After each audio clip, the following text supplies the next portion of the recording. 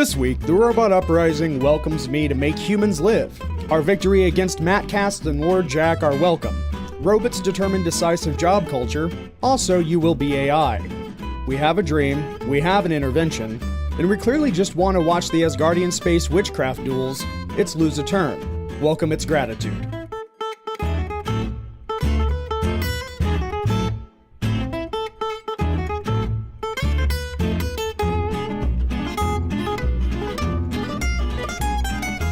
Greetings and salutations, I'm your host Chuck Mullins. I'm Jack Mullins. And I'm Matt Herring. And joining us today is our new head writer, Botnik. You may have wondered why I didn't really speak English at the top of the show.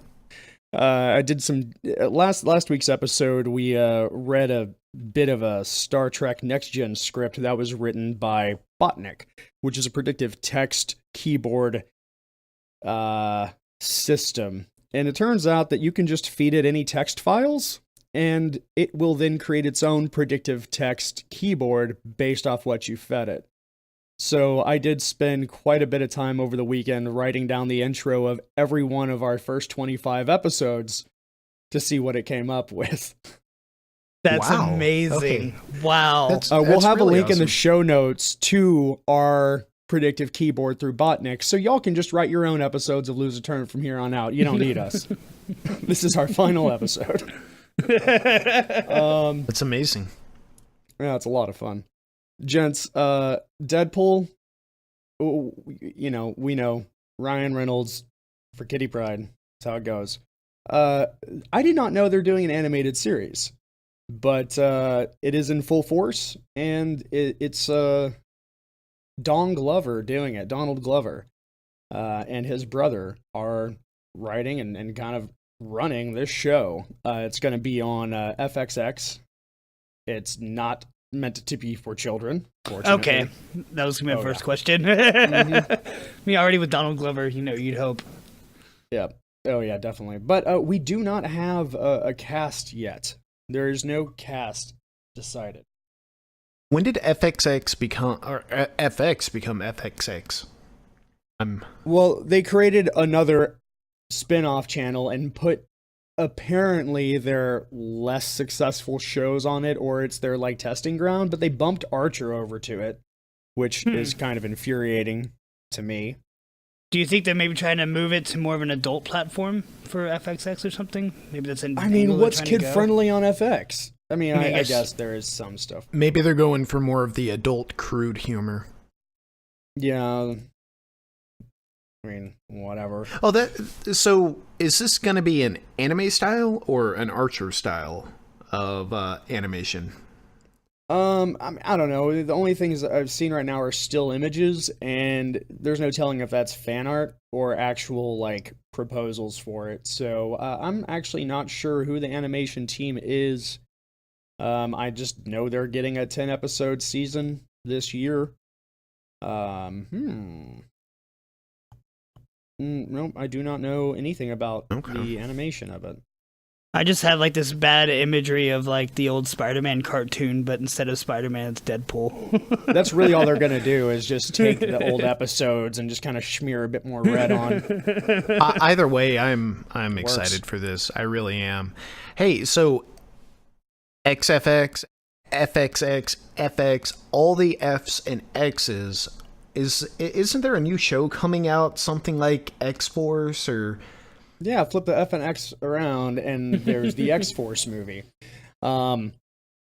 X-Force, for those who don't... I mean, there's several things called X-Force in the history of pop culture, but Marvel's X-Force was what the New Mutants became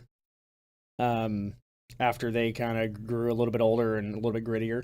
Deadpool and Cable were both introduced in New Mutants. That was their first appearance. Okay. Then later on, they got to do their own team, and Deadpool was in and out. He wasn't really a member of X-Force until much more recently. But keeping that in mind, that he was in the much more recent incarnation, there's no real timeline in which Cable and Deadpool and Phantom X were all members, but that's what the cast is for this new movie. It's still the same kind of... It is a Deadpool spinoff, so it's going to be Fox and Disney working together to see who gets what and how they're going to do it. Shooting starts in October. Fox is just really milking that Deadpool cow right now. Yeah, absolutely. And you know what? I'm down for it. Yeah. I agree. I can't wait. I want to see both of these happening. No release date as of yet. Is Ryan Reynolds going to voice Deadpool in both of these, or is he on X-Force and the animated series? He's going to be in X-Force. There's no cast yet for the animated series. I wish they would reach out to Ryan Reynolds, but I mean, he's a busy boy. I don't know if he has time to be working on an animated series. It would be friggin' phenomenal if he did, though. I think that's the right choice, and he loves being Deadpool. I mean, he straight up said, I just want to be Deadpool for the rest of my life. I am Deadpool. So, and I was thinking about this the other day. At least it's a role he can age into. I mean, most of the stunts are CGI anyways. Whenever he takes the mask off, he's a hideous fucking chud. So, he can play that role when he's 70. It doesn't matter as long as he's got that voice box. Even if he's not in those shows, even if they don't bring him back, he can always still be Kitty Pryde for us, right? Well, there is a little bit of competition. He's in that pretty Kitty enough. Pryde movie. He is, absolutely. I think he'll be forever pretty enough, too. I think he can age into that role. Don't tell me there's competition. That 16-year-old Jewish girl. Caitlin Pryde, yeah. So, it turns out Ellen Page is actually interested. She hasn't been contacted yet, but in an interview, she was like, "Oh, I love playing Kitty Pryde, and given the opportunity, I would love to do more with the character, but no one's talked to me yet." Cricket. Which wouldn't be bad. I mean, they could do a hell of a lot worse for casting, and I don't think she was a bad Shadowcat in the terrible X-Men 2 film. She's just not Ryan Reynolds. But she's not Ryan Reynolds. That petition needs to circulate. Tell your friends. What's up, Jack? I just got this terrible imagery because this whole time I was thinking Ellen DeGeneres for Kitty Pryde. I just realized I was like, wait, no, Ellen Page. Fuck. Ellen DeGeneres. Okay, let's have Ellen DeGeneres do Shadowcat, but while she's on set, Ryan Reynolds just plays Ellen in her talk show. Does that That'd be amazing. That'd be beautiful. Or we could have Ellen's. Ryan Reynolds as Kitty Pryde and Ellen DeGeneres as Shadowcat. Oh, okay. Yeah. We can make this work. I'm sorry, Ellen Page. You're out of this. Yeah, just get a talk show or something. Yeah. So I don't know how many of you guys remember the mid-90s CG TV series Reboot. Yes, absolutely. I'll give you one guess as to what's happening with the property named Reboot. It's getting a reboot. I heard about this years ago. I just said nothing was going to come of it. Yeah. Well, nothing is coming of it. I mean, they're producing it, and it's going to be a show on Netflix, I think. Is it Netflix is doing this? According to the link, yes. I'm going to have to search this. Netflix will stream the terrible... God, it's just, it like evaded my vision. I couldn't see it because Netflix has been doing great lately, and we're like, hey, just give it to Netflix. They'll do good. But this... Okay, so I was excited about this because I didn't like Reboot as a young kid, but as I grew to be a teenager, the show grew on me. And then I watched the trailer for this. Oh, I haven't seen the trailer. Is it awful? Oh, just ignore the reboot. Ignore the trailer. Do you remember the original Reboot? Absolutely. You had Bob the Guardian, Enzo the little kid, Dot Matrix. who ran a diner. The show was based on 3, I guess, artificial intelligent programs who would... Bob the Guardian would protect the Matrix, or whatever the fuck they called the land they lived in. Whenever the player would load a video game, a giant brick would come down over the city and envelop it. And Bob would have to hop in and play a game against the owner of the computer who's playing a game. Right. If Bob wins, everything's fine.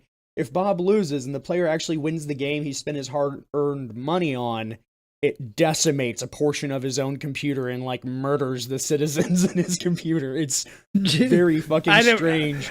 I didn't recall that much detail. Wow. but there were actual bad guys, you know, aside from the owner of the computer who just destroyed it by downloading, like, the worst video games ever, apparently.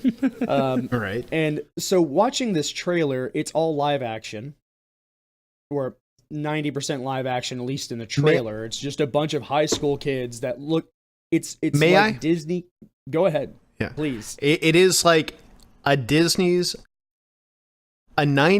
Disney made-for-home movie meets Power Rangers. Exactly what I was going to say.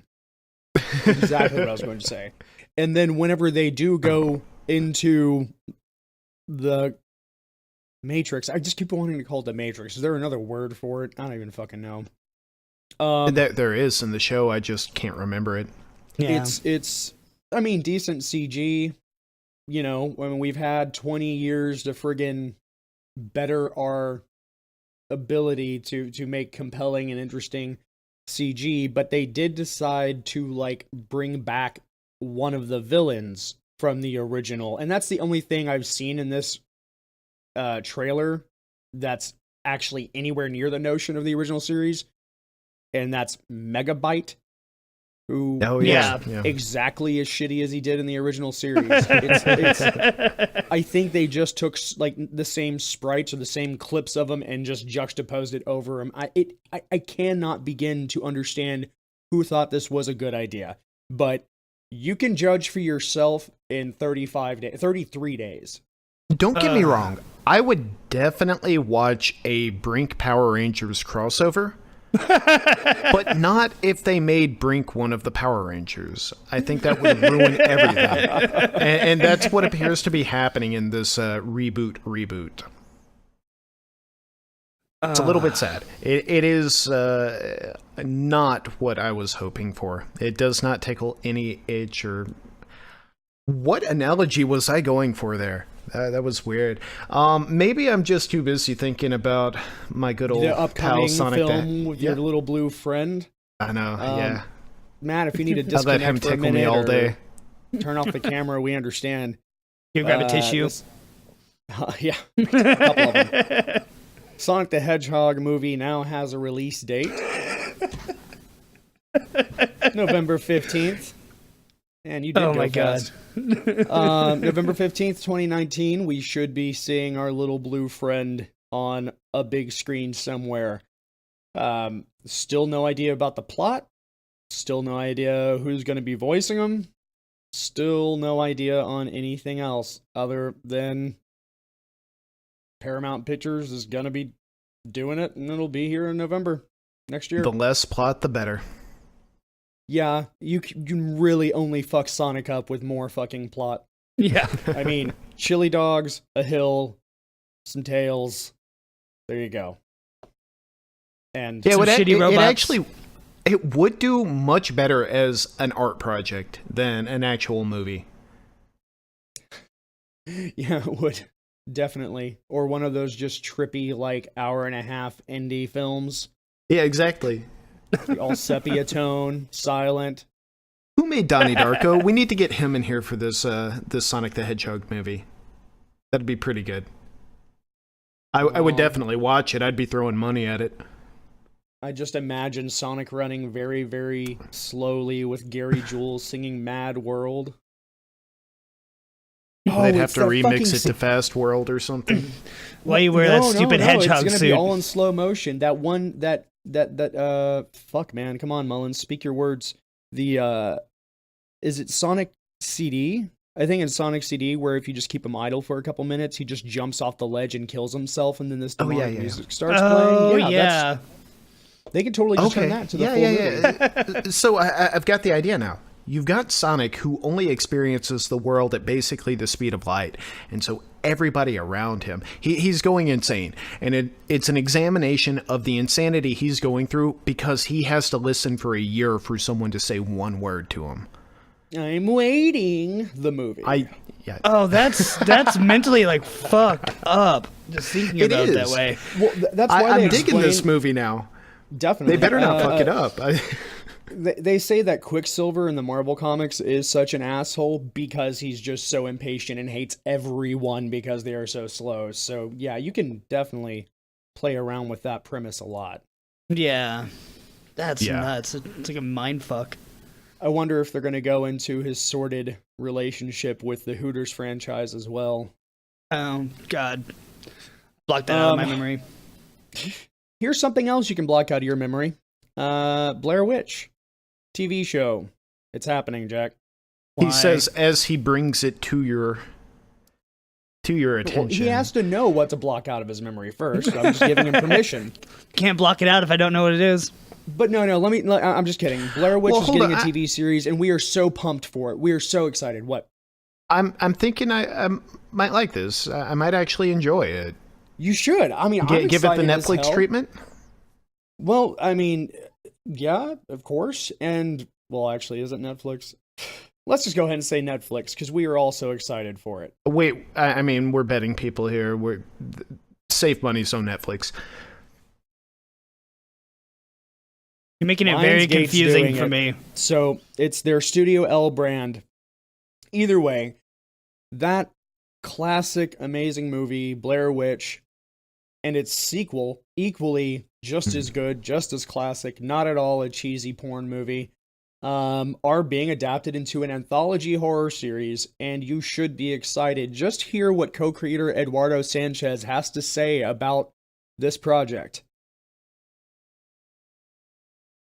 I think it's always been just a really interesting thing. You're close. You're in the ballpark, you know? And I think it might be one of those things that might be, you know? The more you think about it, you're like, that might be a TV show, you know? So we'll see what happens, but I think that's the next big thing for Blair Witch. Probably TV. I mean, with confidence like that, I'm sold. Sounds like it was written by Bill and fucking Ted. Be excellent to each other. That was probably my exact thought process in coming around to the idea of the Blair Witch TV series, and now I don't want it. Get it away. Yeah, I was hoping it could kind of replace American Horror Story since, I mean, personally, they just haven't been my favorite as of late. I miss my Jessica Lange very deeply. So I was like, man, if they could spin up another horror anthology and, you know, the original Blair Witch honestly wasn't bad. So you said this was by Studio L Productions from Lionsgate, right? Yeah. I can't find any information on them. What has Studio L done? I went to their website just now and it said account suspended. A little thing by the name of the Blair Witch Project TV show? For starters, apparently. Like the only place where I think I can actually find information is on IMDb Pro. Who knew that was the thing? And they want me to give them money to even get in there. I think they launched it this week. Just like every other human being who likes pop culture, you start looking up actors and stuff.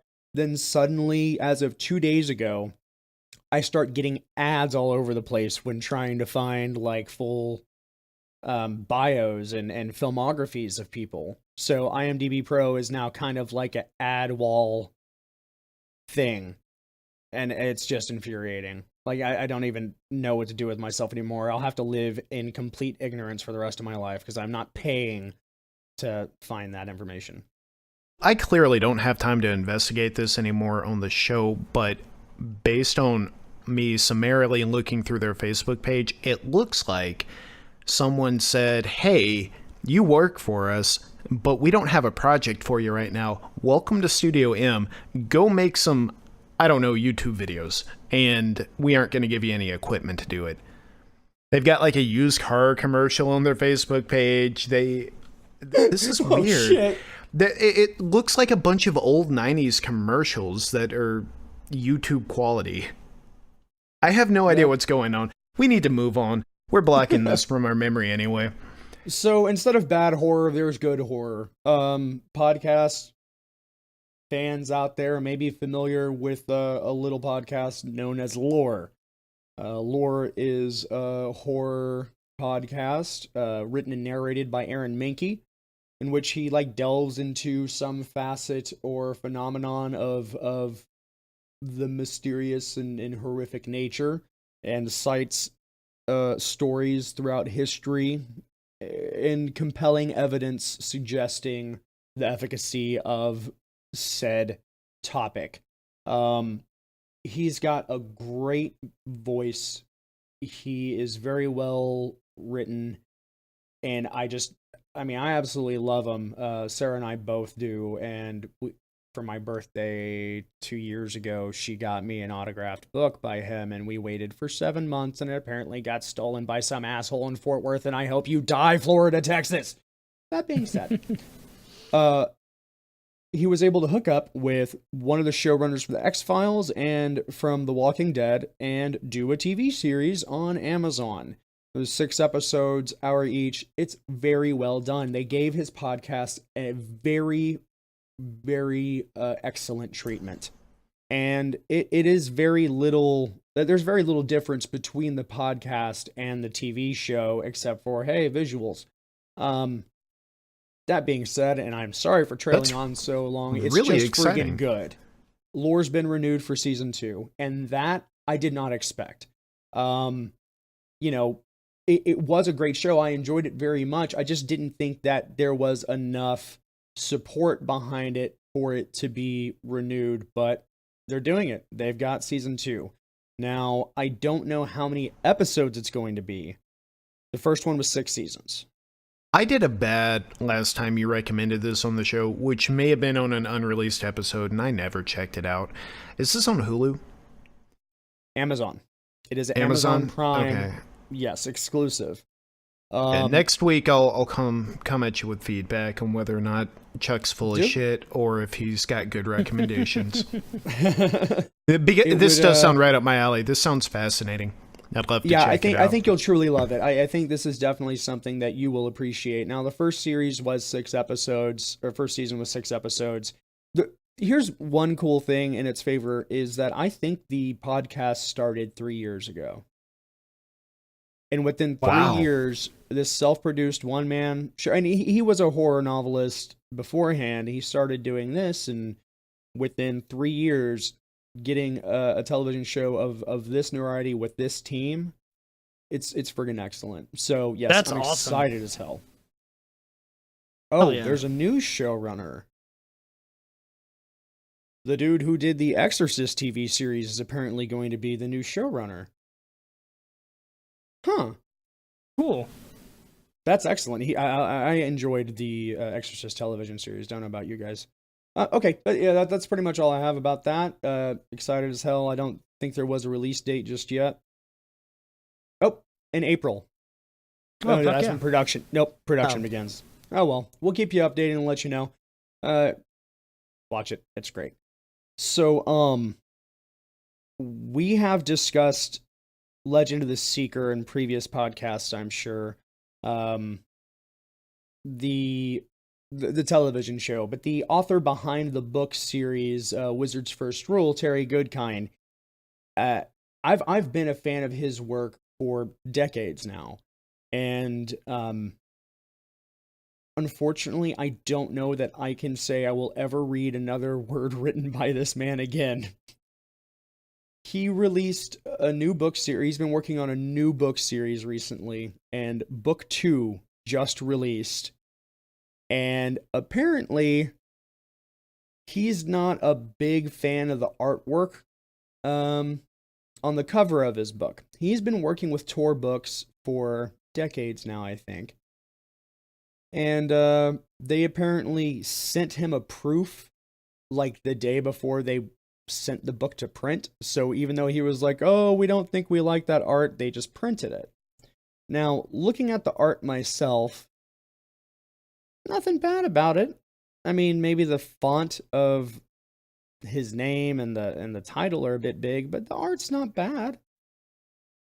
But he went on Twitter with a picture of the cover of the book and wrote, Shroud of Eternity is a great book with a very bad cover. Laughably bad. So let's have some fun with it. Tell us what you think of the cover in the next post in this poll above, and we'll pick 10 random entries to win a signed copy of the hardcover. Wait, is it that picture of the girl with the sword and two stone guys in front of her? Yeah.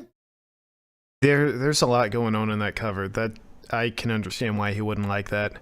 That breaks almost every faux pas I know about making a cover. Not an expert. The focus in this, yeah. I mean, the focus is kind of strange, and the font is not too big, but it's not bad art. It's not like it was drawn in crayon. No. Yeah, the it's artist good who art. did this cover did his previous cover in book 1.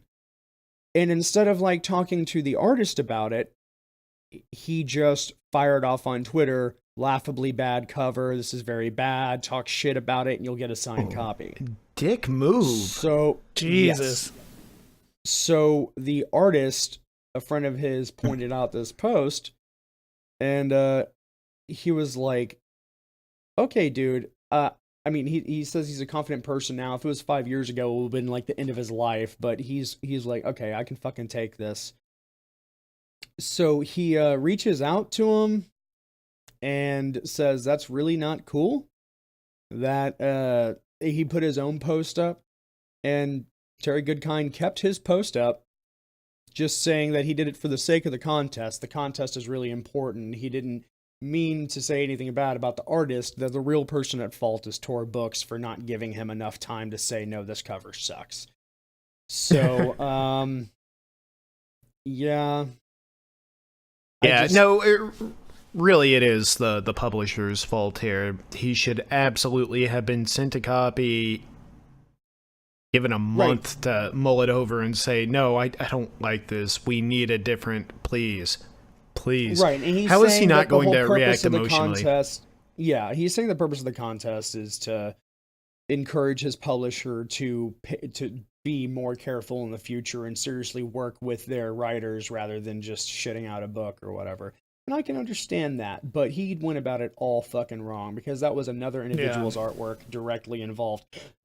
And apropos of nothing, he just said, and here's a shitty cover. Tell me how shitty it is, and you can, get a signed copy. Yeah, and that's where he just was a dick. God, I can't believe him for doing that. Yeah. You can easily say, hey, this cover is not a good book cover. It's an amazing illustration. It's a great drawing. Very artistic. A lot of talent here. Not a good book cover. Not a good book cover for my book. Yeah. And this is why I'm not published. I mean, if only we had the robotic technology. Did you say please publish me? Yeah. I don't even have a book yet. I'm looking for any career opportunity. Go to Botnik and just click buttons. I know, exactly. That was my plan. Get a publisher, click buttons, send them the copy. The order might be a little bit weird here, but maybe the proofreader doesn't care much. Maybe they're like, yeah, hey, this is good enough. Just change a few things. All right, you're inspired by E.E. Cummings. It's just some offbeat poetry. And we're talking about the idea that I can just intuit a book from a bunch of randomness that an AI generated. Are we ever going to get to a world where the AI can intuit what's randomly in our head? I think so, and I think that thanks to people like Terry Kind, the scientific community have heard our plight and are rapidly working to try to better provide Terry Goodkind with the cover he wanted. by having him picture it and having the AI interpret it. Which is my way of additionally segueing on top of your segue, which just made this whole fucking thing nonsense. There is a... What do you call a reverse segue? You went backwards in that one. I really need to know what a segue stuck in reverse is called. Other than a what do you call a segue that's fallen over? Broken. Property of the previous owner broken. Of segue? I don't know. Too soon? Is that too soon? Yeah, so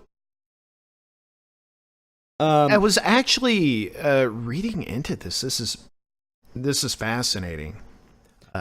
Chuck, you may have to take this over, but there are machines that can read. There's a special MRI, an fMRI, that you can have done, and it allows you to read electrical impulses going on through the brain, and this AI system can examine that information being sent in your brain, not necessarily interpreting it into anything, but still draw a picture of what you are thinking about. Yes, is that correct? That is the premise of this whole study. What they were doing is showing the test subject pictures of human faces.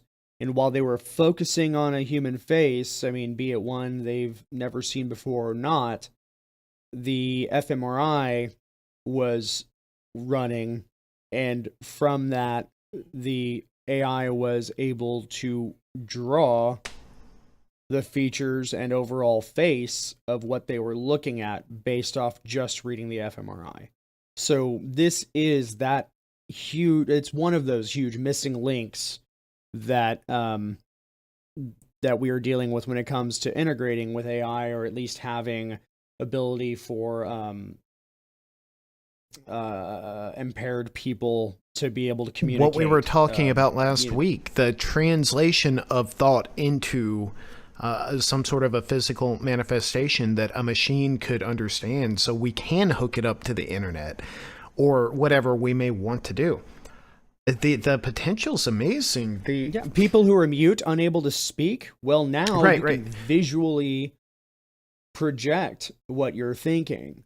You know, I mean, we're talking about just the ability to speak via that creepy little Heba hub and being able to communicate through that social network just mentally because of being integrated with technology. But the idea of actually having visual representation of what you're thinking, that alone... The ability to make custom artwork for every single one of our podcast episodes, because none of us have artistic talent.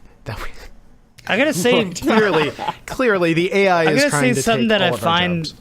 That could be really bizarre with doing this is finding somebody who's been, you know, maybe blind all of their life, see what actually comes out as an image, with them having no basis or idea to go off of, you know? Whoa.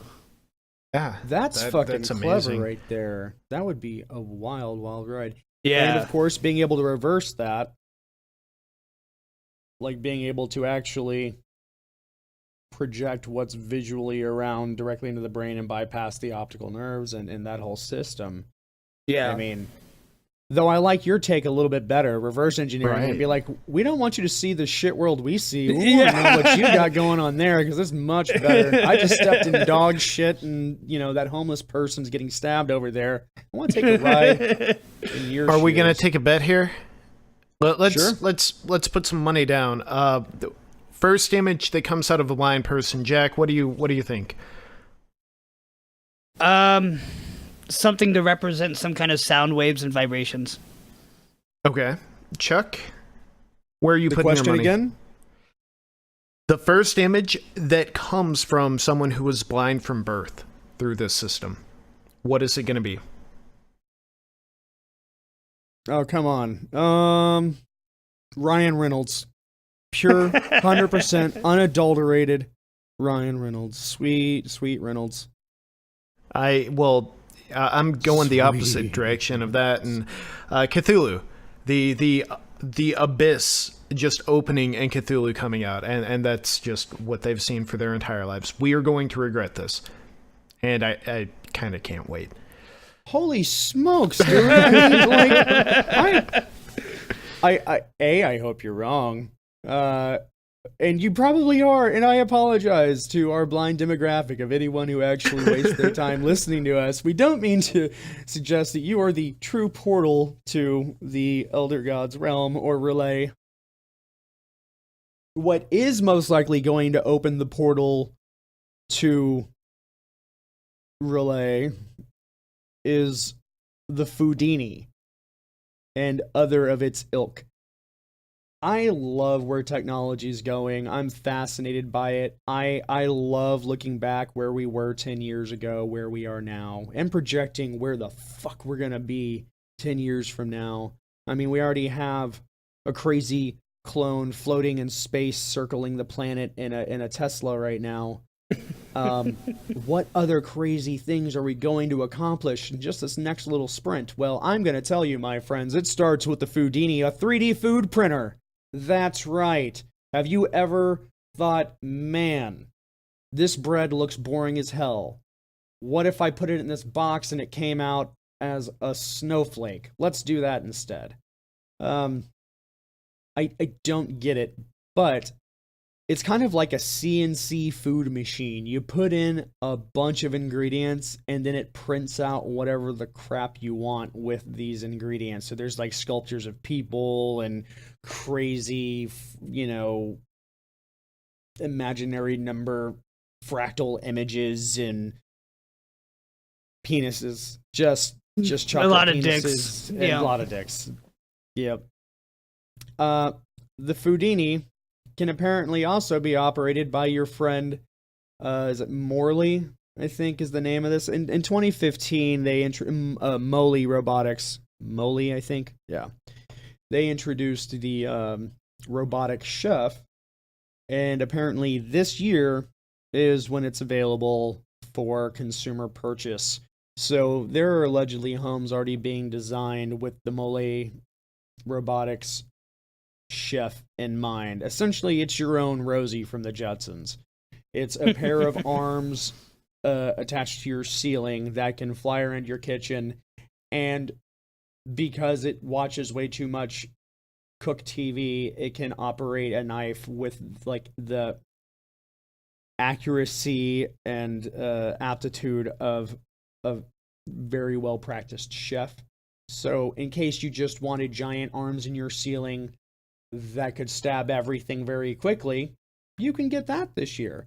And, whenever you recover, if you recover, you can also have a 3D printed cupcake of another knife. I don't fucking know. Why are we doing this? I'm down for this one. I'm not down for 3D printing food. But can't you just not? The robots are taking our jobs. This week alone, they're coming for the artists and the chefs. Let it be a bus driver, so we don't have bus drivers just like driving through crowds. But it's my kitchen. I don't need big dangling knife wielding arm. I mean, I do need that, but I need that on the outside of my house or like on the front of my car. Yes. That's what I'm gonna do. I'm just gonna rip them down from the ceiling, mount them to the hood of my car, and Chuck, just have a. I know how to make it better. Hatchet chucks. Exactly. You beat me to it. All right. That's what I'm gonna do. I'm just gonna convince him that every knife in my house or every hatchet chuck in my house is just a simple kitchen knife. So it'll be in the kitchen, just flailing about randomly. I love it. We'll just give it that the hallucination stickers that makes the AI hallucinate. It's like, oh, this is a toaster. No, it's a kitten. Stop. So. The reason why you should never listen to anything I say or take my advice seriously, I thought about this robot chef in my kitchen, and what I immediately wanted to do was have it make me a quesadilla. One of the simplest foods to make, and I was just thinking, hey, that'll be really convenient. Quesadillas. I clearly won't eat any better by getting one of these, but I will enjoy the hell out of it. And you won't get the little bit of exercise you do by getting up from your desk to make your own damn quesadilla. Whenever he's done, he'll just throw it into your mullet. Your gullet, excuse me. Your mullet. Okay. I like mullet better. Yeah, we'll throw it in that little food mullet of yours. Hit me in the ponytail with it. Don't even get me started. I've got... Oh, my keyboard would be so disgusting. So I have been trying to find out what a reverse segue is, and I was Googling, hey, what is a not segue? Finally realizing that I had forgotten the word antonym. Finally realizing that it's called an exit segue, which is annoying, or an unwind segue. Also realizing that stumbled, tottered, limped, wobbled, hobbled, etc. There are so many things we could have gone with, but we were so hung up on segue. Well, I was into the idea of it being called the previous owner of the Segway. Yeah, but I can't make that a show title. Oh. I'm really hung up on making this a show title, and nothing's working quite right. So I read... no, we're gonna forgo that. Jack, I've been doing this show with you for a quarter of 100. That's right, it's a milestone. It's a big moment. And I'm just not quite sure what to make of you. That's fucked. I think you just may be a criminal mastermind. Wait, are we having this conversation with Jack? The one we said we'd never have? It's time. We're going there. All right. I don't know what's happening, so... Jack, can I ask him? Can I just be blunt about this?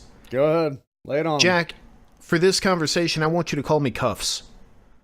Call you Cuffs? Cuffs. I like Cuffs. I want to be called Cuffs for this. Does that come with a safe word? I'm going to put a little bit of Appalachia in my voice. I'm going to be Cuffs right now, and I need to know why you won't poop. Why? You never poop. God, I can't say poop in Appalachia. That's a bad one. Cuffs, my good sir, Cuffs. I think you're Jack. bearing the lead here, Cuffs. You see, step out with me real quick, Cuffs. All right. Before we go back got into my that eyes on you, Jack. interrogation room, before we go back in that interrogation room, this is our big break to finally get Lord Crack. I am certain that he is responsible for all the drug industry in this neighborhood. This is our big chance. We must be very, very methodic. I believe he may I have got super glue swallowed. and I got cotton underwear. I know my methods. We'll call that option A. Cuffs, chill. I believe he may have swallowed his entire stash. Do you have any Ovaltine before we get to super glue? Because I think if we just offer him a glass of Ovaltine, we can talk to him for a moment and the interrogation will sort itself out. Watson, what are you going by these days, Watson? Is it still Watson? I don't have time for you most of the time, but I do need to know your name. Indeed, Cuffs, it is Watson. All right. Watson, what? Side note, read the works of Sir Arthur Conan Doyle. Every time Watson says something, he ejaculates it. Oh, yes, he does. That's right. Okay, so Watson, back in. you know my methods. You know how I got my name. Ovaltine is not going to help me here, but these cuffs and maybe an anal plunger will. So we're going to go ahead and do the old dirty cop, oh please God, stop cop. Well, generally they don't say stop for me. No, it is me saying, oh dear God, Cuffs, stop. Oh God, there is so much blood and feces, please stop, Cuffs. I like to routine. think that I'm the good cop. I can hear y'all, and I think I really need a safe word. Ooh, we'll call this one the You know, safe Watson, word. you remember that word that we discussed earlier? That's a safe word. Okay. He Very doesn't good. need to know I it, will remember but it he in does case have a I safe need you to word. stop. Okay, let's go back into this interrogation room. Lord Crack, I'm going to give you one chance to expel the goods. We know you've swallowed it. So we can make this very simple. Simply relieve yourself of your stash, and we'll be willing to work with you on a light sentence. You got the wrong guy. Okay, then we'll just sit here until you poop, or you can talk to my friend Cuffs. No? Lord Crack, you can do it his way, or I've got this super glue and cotton underwear for you. I think that's illegal. You don't want to know the third way, but it does involve my golden cuffs. Funny story. This was my retirement gift from the police station, because they knew I'd use them. That's right, he's already retired and come back into duty. He's actually just volunteering. I could definitely see he's trying to come back into duty. But That was low-hanging fruit, Lord Crack. We'll not take that here.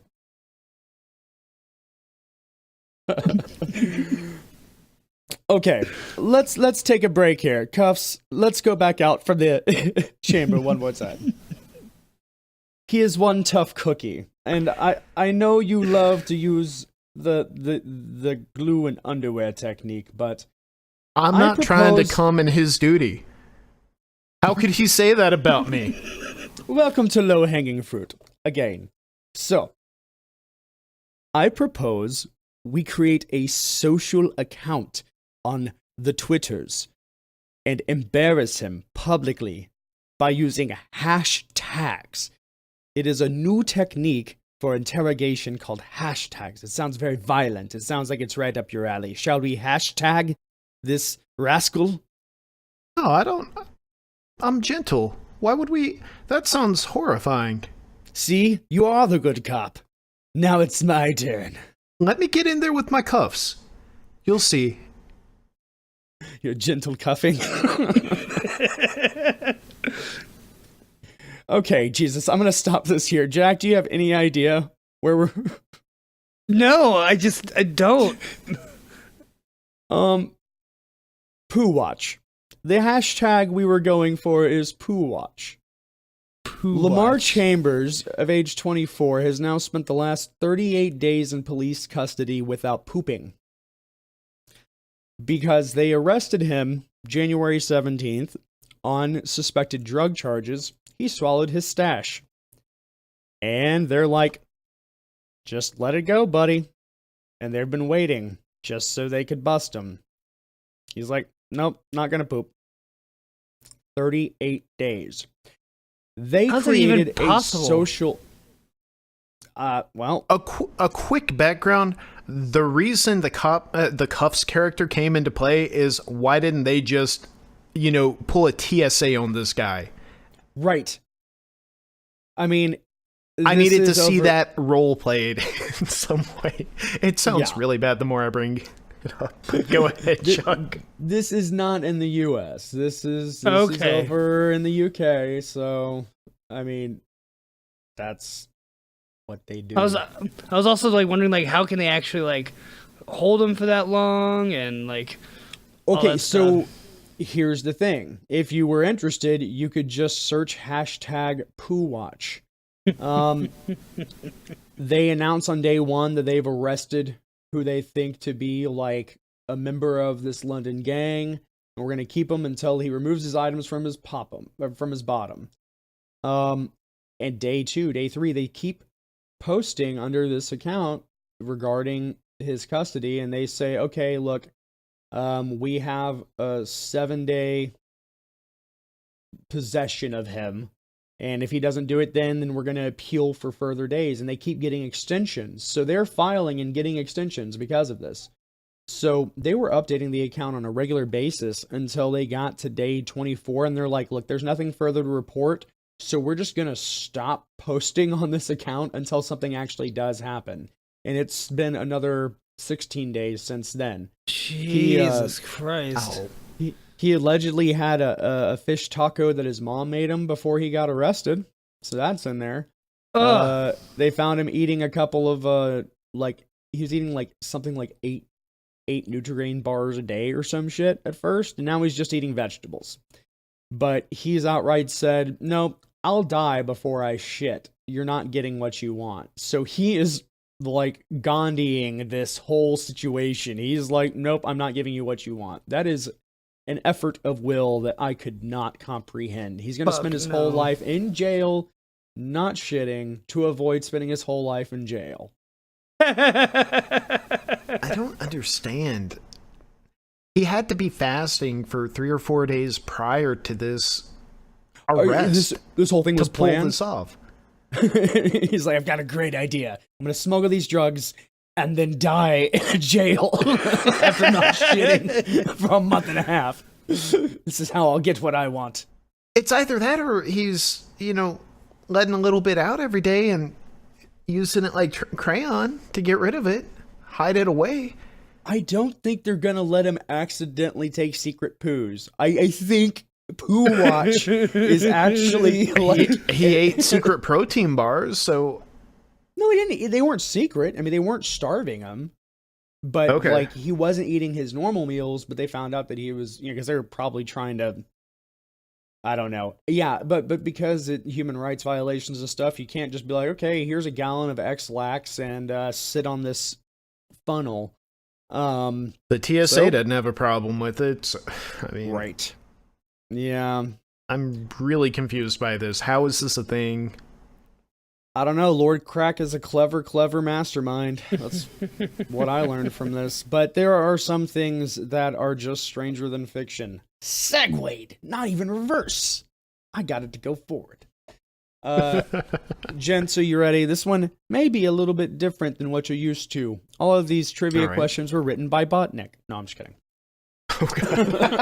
That would be awesome. Answers too? Yes.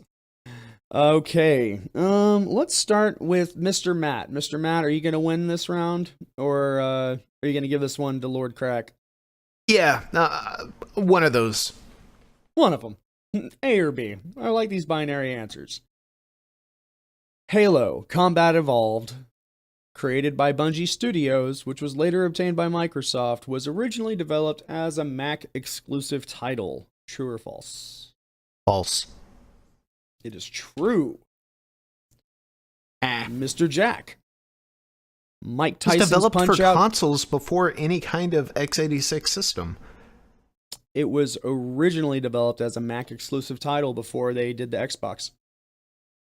That was the original plan. It was originally being developed as a Mac exclusive title. You're splitting hairs there. Nothing ever came out for Mac. They didn't have any product for Mac. They only had a product for the consoles. Well, yeah, I'm saying that it was a Mac exclusive prior to it even being Xbox. Yeah, when it didn't exist. Yeah. Mr. Jack. Mike Tyson's Punch-Out character King Hippo makes a special cameo in The Adventures of Link. Both he and Ganon share the same laugh sound file, played at different speeds. As such, they hid King Hippo in a jail cell in a hidden room that requires the fairy spell to enter. False. All right, point Jack. Mr. Cuffs, I am talking to you.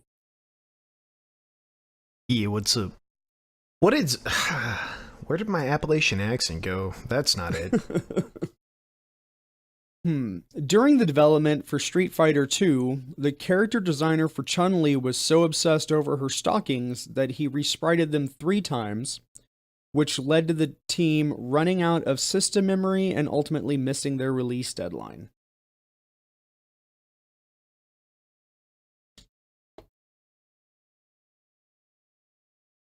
I wanted to say true until you said running out of system memory. Had they just not rebooted in a month? That's weird. You Okay. get to say true or false. You don't get to I'm start gonna say prying true. me. Come on, Cuffs. The interrogation's over. I'm going to say Drew. True is correct. You're on the board. Good job, buddy. That's using your old cop noggin. You didn't have to cuff me. Mr. I know why you didn't Jack. answer those questions. Because you don't know and they don't make sense to you either. It's true. This is all Botnik. Jack. In Sorry, uh-huh. came out of nowhere. In Portal, the voice of GLaDOS's anger core is Mike Patton, the lead singer of Faith No More and Mr. Bungle. Yes. True. All right. Did you know that? No. Pretty fucking awesome. I love Mr. Bungle. 90% of Jack being correct on this show has always been him saying, yes, because I want it to be. Yep. It's not even a law of averages. It's just like, yes, I need that to be true. It's the fifth element. He just forces reality. That's why he doesn't poop. He doesn't need to. He's above that because he's just, nope, I'm not a poop man. That's my mutant ability. I just change the world around me. All right, Matt. The school Yes, sir. in Silent Hill 1 was based off the school from Arnold Schwarzenegger's film, Kindergarten Cop. True. All right, 2 and 2. Mr. Jack, this one is worth absolutely 0 points. Contra was originally going to be a game tie-in to Chuck Norris's Delta Force movie, but Konami lost the license rights by the time development had finished. They instead dropped in Bimmy and Jimmy, characters previously developed for their upcoming game, Rockin' Rage.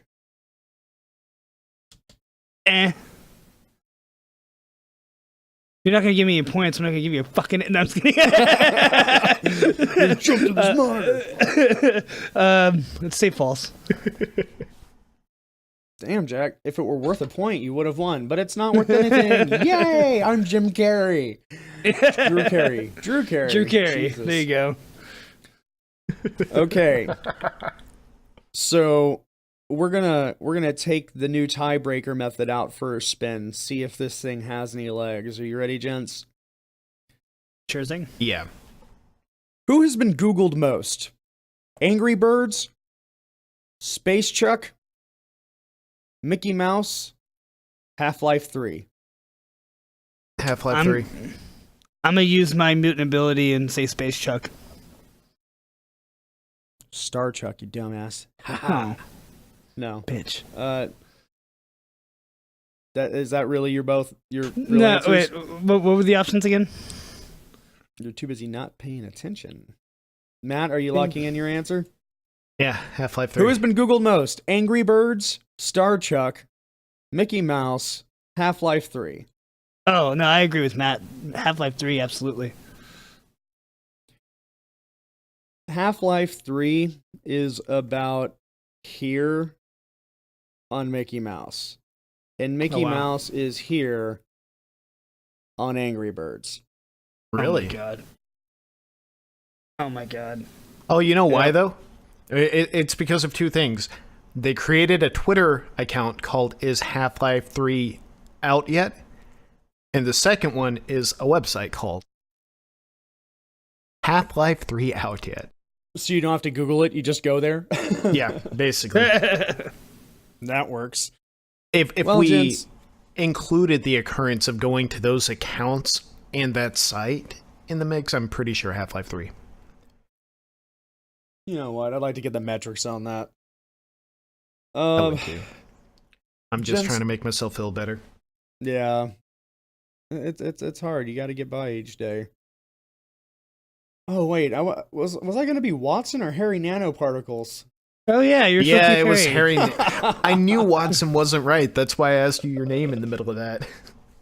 Yeah, well, I guess we'll have to talk about Harry Nanoparticles next week. Gents, do you have any wins for this week? I got one. That one win is David Harbour. He just recently, from Stranger Things, he just recently went out to, or actually, pretty much went to social media and tagged Greenpeace, talking about getting a ride over to Antarctica to dance with penguins. And So I'm going to interrupt you here. He has used his Twitter account, his social media account, to achieve great things for other people, including like one of his fans. The exchange was essentially like, "Hey, if you can get this retweeted 10,000 times, will you officiate my wedding?" Okay. Yeah. So then he ends up officiating a fan's wedding. Things like that. So he has used it for the service of his fans and people on his account. And then if I know what you're getting to, this one was just for him. Yeah, absolutely. So he ended up being able to. He essentially had to get, I think, 200,000 retweets. 60,000. I don't know. Yeah. Then they would talk to their captain about bringing him on board to take him over to Antarctica to pretty much dance with penguins. And sure as shit, he got it within like 5 hours. And whatever. 5 hours. Yeah. Damn. Yeah. Damn. Now I think he's pushing for some kind of protect Antarctica or the Antarctic. Yeah. Wait, what? So he was speaking to Greenpeace, saying, "Hey, if I get 200K retweets, will you send me out there?" And so he went out there and he took a video of him doing the cute little hopper dance from Stranger Things, and the penguins kind of scatter away from him. They're like, "What the fuck are you doing?" But he's having a blast. He said it was like the most fun he had in his life. And when he came back, he's like, "Okay, we've got to fucking protect this place." Like, and so now he's like full on activist, trying to get people to rally behind the protect the Antarctic cause. So the only way to protect it further would be through climate change. So is that what he's on board with, like full-on Greenpeace? And no, I think it's just sending Winona Ryder out there with him, and then they can just talk about the penguins forever. They've got to find the what's it called? The upside down, not the upside down, the Demogorgon, the Mind Flayer. The Mind Flayer. I've always imagined Cthulhu to be something like a Mind Flayer that lives under the Antarctic. I think that's it's all coming together right now, isn't it?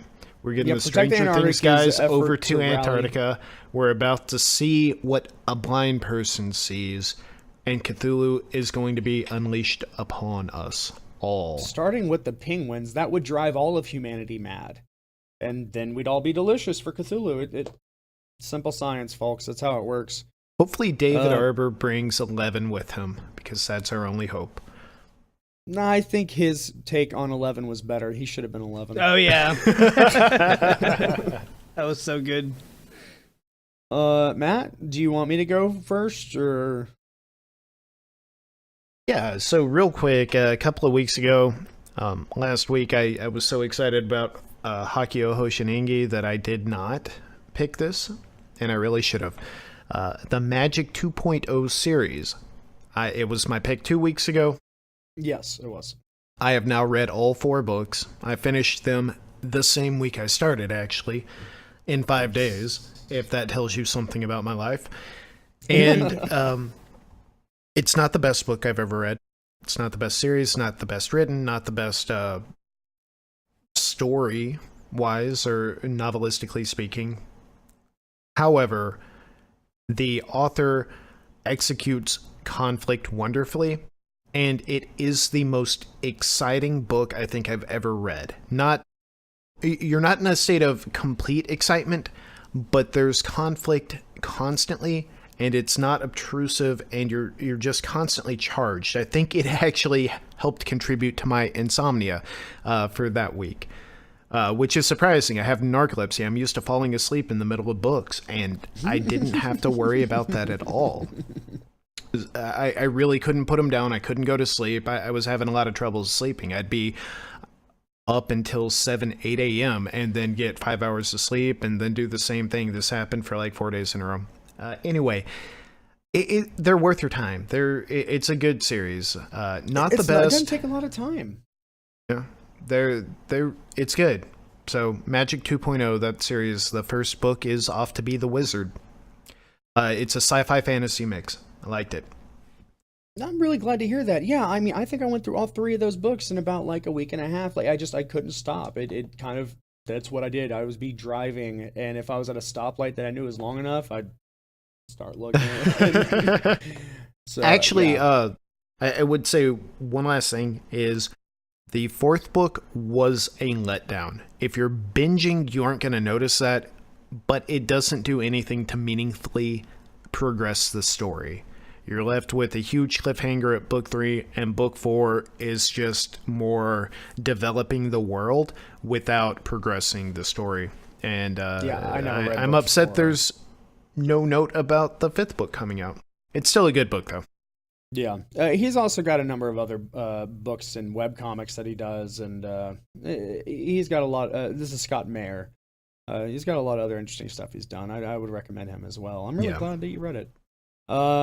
My wins for this week. Sarah and I went out to the Red Box and picked up a couple of movies. Don't ever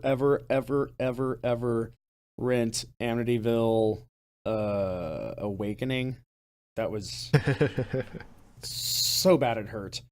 I wanted to do my civic duty and break the DVD rather than return it, but I couldn't afford to own that piece of shit. But I grabbed Happy Death Day, and I had always been intrigued at the trailers I saw in the theaters. It was portrayed as a horror slasher film blended with Groundhog Day. And it is exactly that. And I friggin' loved it. It was so surprisingly good, funny, little chilling, and I mean, it got to a point where like it's life affirming, even, and like it surprised both Sarah and I, and she's a harsher critic of film than I am. So, I mean, I definitely recommend it to comedy fans, slasher fans, horror fans. I mean, the slasher theme is really just that. It's more of a theme to a much better movie. And I will be buying it. It's one of the few movies that I just want to rewatch again and see all the special features and stuff. So it's very good. Another gem that we found available to Amazon subscribers, or I'm sure you can just YouTube it. It's Funny or Die has a little series called Zach Morris's Trash, which is a 2 to 3 minute episode covering the events of a single episode of the 90s TV show Saved by the Bell. It also incorporates its previous iteration, which was Good Morning Miss Bliss, in which it goes over a story arc and explains all the terrible things Zach Morris did this whole episode. So it starts with like, okay, so right now Zach wants to take over the school store. So he goes to Mr. Belding and gets all 3 of these nerds fired. And then he convinces Screech to go take pictures of all of their friends while they're at swim practice and create a calendar of them. And so now he sells the calendar without their permission. And whenever he's about to get, like, told to destroy all the copies, some sleazeball photographer comes in and starts trying to, and so it goes through the story arc of everything he's done. And in each episode, it is so obvious that this is the worst human being that has ever fucking existed. And it goes from him, like, forcing his friends to go on dates with creeps and ignoring their drug addiction or injuries. One episode where he just, like, says he can drive drunk and ignores the fact that Screech is sober and gets in a wreck that fucks up his friend's car, destroys his friend's shoulder. Then he just lies to everyone all throughout the episode. Like, it's so fucking absurd, but it's hilarious. Wow. It is so funny. It's very quick.